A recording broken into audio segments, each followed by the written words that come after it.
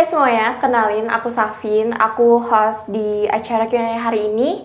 Nah, jadi hari ini kita bakal jawab-jawabin pertanyaan dari netizen, terutama soal haki.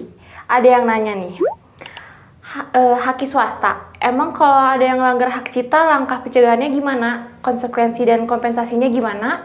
Nanti hukum bilang merek atau IP-nya nggak didaftarin di haki, jadi nggak punya kekuatan hukum dan semua orang bisa pakai. Banyak banget yang penasaran dan tentu aku nggak sendirian kali ini. Kita bakal ngobrol bareng orang yang paham. Langsung aja kita sambut Kalia.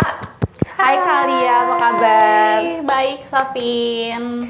Oke Kalia, jadi setelah beberapa konten ada pertanyaan nih mengenai haki dan lumayan panjang.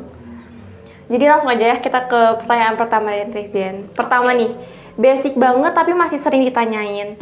Sebenarnya haki itu apa sih Kak? Oke, santai aja ya kita bahasnya. Jadi gini, hak itu apa sih?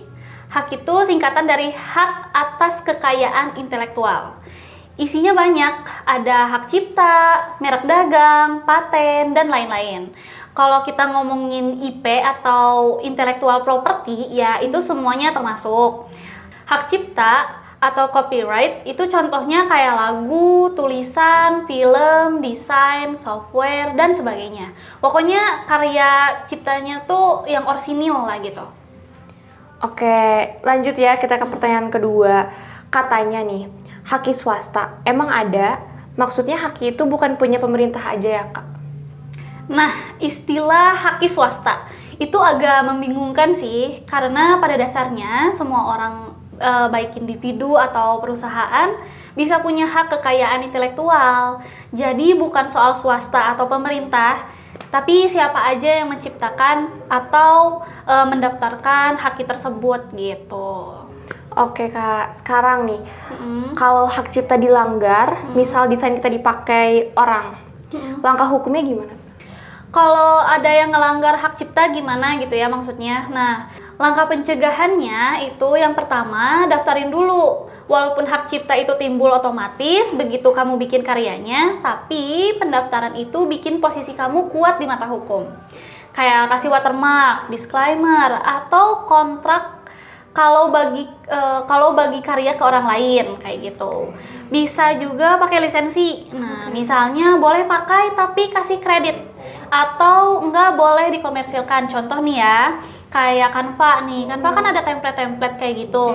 Nah, kalau Canva pengen pakai template tersebut harus berbayar. Nah, itu kayak karya yang dikasih kredit gitu. Nah, lalu konsekuensi pelanggaran bisa dilaporin secara perdata atau pidana. Dalam kasus berat, pelaku bisa kena penjara nih sampai 4 tahun bahkan, atau denda sampai 1 miliar.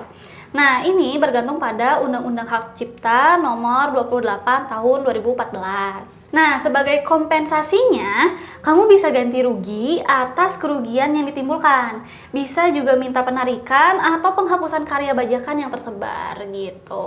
Oke, ini last question. Oke. Ini bagian yang sering bikin shock. Kak, kalau kita nggak daftarin, terus orang pakai, kita bisa apa? Nah, ini penting banget. Hak cipta itu otomatis ada sejak karya kamu diciptakan, tanpa harus didaftarkan. Tapi, kalau nggak didaftarin, kamu susah buktiin itu karya kamu di pengadilan. Jadi, kalau kamu nggak punya bukti kuat kayak sertifikat haki, bisa aja hakim bilang, sorry, mana bukti yang kamu punya? Dan disitulah celah buat orang lain ngeklaim atau pakai tanpa izin. Pasti sakit banget sih kalau kayak gitu. Kesimpulannya, punya karya tapi nggak daftarin haki itu kayak punya rumah bagus nih ya, Sabin, tapi nggak bikin sertifikat tanahnya. Kayak rawan banget kan diklaim diklaim sama orang gitu. Makanya kalau kamu punya karya yang berharga, daftarin itu dulu haki biar aman dan punya power hukum. Soalnya begitu ada yang nyontek, kamu bisa langsung maju nih kayak ngomong, ini punya aku, nih buktinya, kayak gitu. Oke kalian, makasih banget insight-nya. Aku rasa ini bakal ngebuka mata banget buat teman-teman yang selama ini anggap nanti aja daftarnya dan lain-lain. Pokoknya punya karya itu keren, tapi legalnya lebih keren. Oke, buat kamu yang masih punya pertanyaan seputar legalitas, boleh banget drop komen atau DM kita. Siapa tahu pertanyaan kamu jadi pembahasan di episode selanjutnya. Terima kasih, see you, bye-bye.